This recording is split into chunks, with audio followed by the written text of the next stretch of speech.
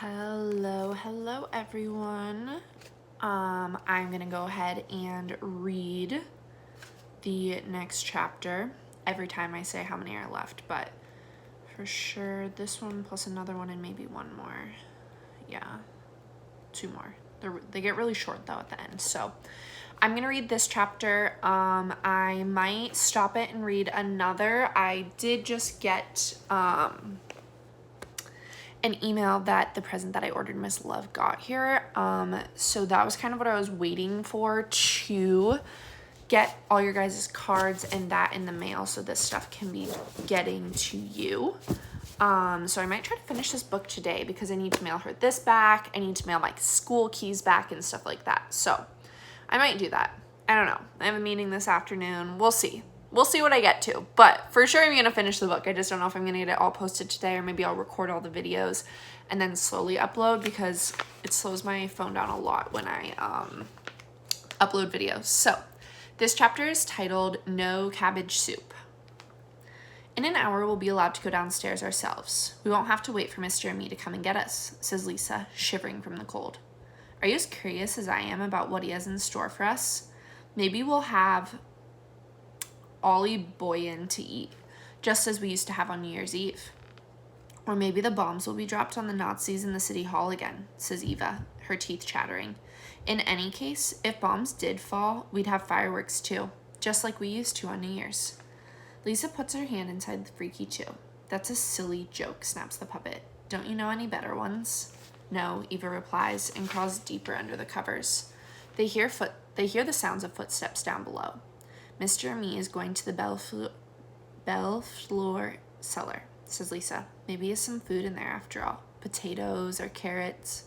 She closes her eyes and smacks her lips. My mouth is watering, she exclaims. Look, a bubble of spit. Maybe he won't serve cabbage soup for once. Mr. and me told me that the pans in the soup kitchen are as big as swimming pools.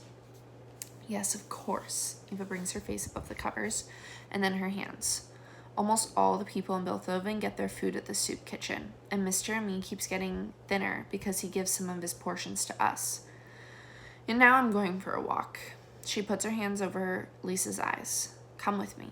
We already have our gloves on. Where do you want to go? I want to go to your house, says Freaky 2. I've never been there before. Close your eyes, Eva whispers. We're walking down a street. It's warm, for the sun is shining. Chestnut trees are blooming. Children are playing everywhere, and no one is wearing a star. A sailing ship passes by. The skipper tosses bread to the children. They're not so hungry, so they pick up the bread and throw it into the water for the ducks. Lights are burning in our house. I can see it by looking through the windows, because the curtains are open. Go inside, Lisa whispers. Papa and Mama are home, and our whole family is there too. We're going to celebrate New Year's together. A happy and peaceful 1945 is written in candle wax on the mirror. A candle holder with 8 candles is on our table, and all the lights are on because we have electricity in the house. The stove is working too because the Nazis haven't shut off the gas. Here's the key. I'll put it in your hand. Eva pretends to take their old copper house key, which hangs on a circular ring with a colored photo of Papa and Mama upon it. Suddenly, she drops it. I think it fell on the floor, said Freaky 2. Eva looks down. Maybe it's under the bed, says the puppet. Eva clenches her teeth and gropes beneath the bed. The key is lost, she shrieks. Stop, Lisa screams. I've had enough. I don't want to play anymore, and neither does Freaky. Let's just stay in bed. In a half hour, we'll celebrate the new year, downstairs with Mr. and me. Lisa jumps out of bed, takes off her gloves, and lights a candle. Please, Eva, stop. Well, what do you have to say?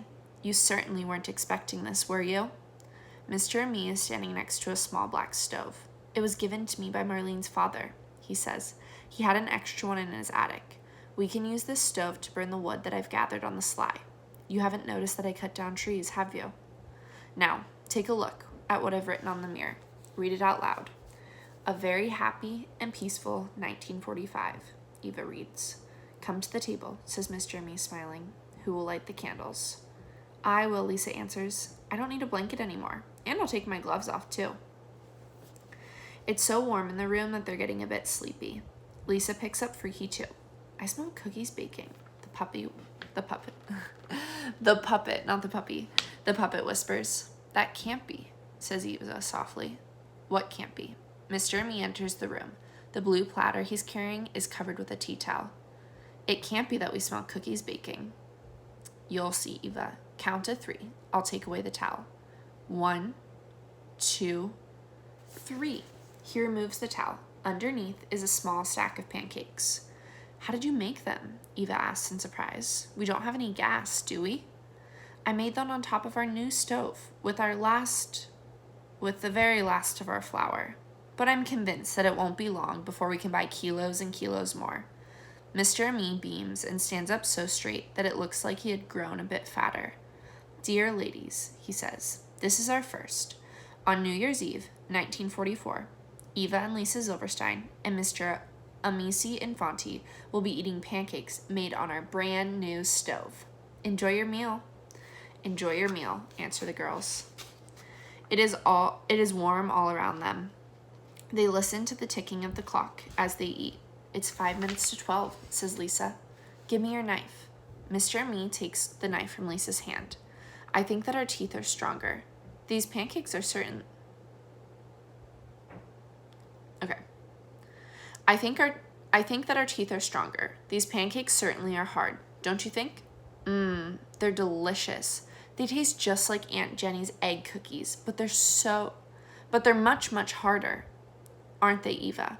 I don't understand you, Eva replies. Your mouth is crammed full. I don't understand you either, Lisa says and giggles. The clock begins to strike the hour. Mr. Me stands up. It's almost 1945, he announces. The girls stand up too. Together, they count the chimes. 10, 11, 12. Happy New Year. They raise their glasses of artificial tea and clink them together. Lisa picks up Freaky too. A very happy 1945. A year of peace, says the puppet. And the next chapter is titled Snowdrops. So this chapter kind of has me thinking a lot of things. I think sometimes it is good to be reminded of how lucky we have things. So the girls were talking about the food they eat. They eat so much cabbage stew that they're just sick of it. Mr. Me has to eat less and less because he goes to essentially the food bank, the soup kitchen, to get the cabbage stew and then brings it home and shares it between the 3 of them. They don't have gas, so they cannot cook past a certain time once the Nazis turn it off. But now that they have the wood-burning stove, they can actually cook at night and stuff. But we heard Mr. Me say that they just used up the last bit of their flour. So anything that we make with flour, cookies, pancakes, I mean, you even make like gravy with flour. You use flour in everything. They can't make those things anymore. So it's just, we've talked about them being trapped inside and not being able to go outside, not being able to play, but also they're eating the same food over and over again. Boring food, not the food that they're used to eating. And so there's a lot of things that really stink about this situation, to be honest. So it's just good to be reminded that we're so lucky that we have so many things. And even now, while we're on quarantine and while school looks a lot different, we still have the chance to get groceries and we still have the chance to eat fun food. So I think that was just kind of my reminder to be thankful for what I have today. Oh yeah, as you can see, my hair's kind of styled now, not really, but I got my hair cut. I don't know why it looks so short because she barely took any off, but sometimes my curls just get kind of crazy once they get cut. So I'm actually wearing a sweater. I'm kind of dressed nice because I have a meeting. It's a Zoom meeting, but still.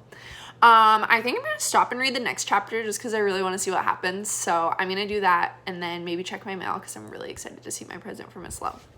Bye, guys.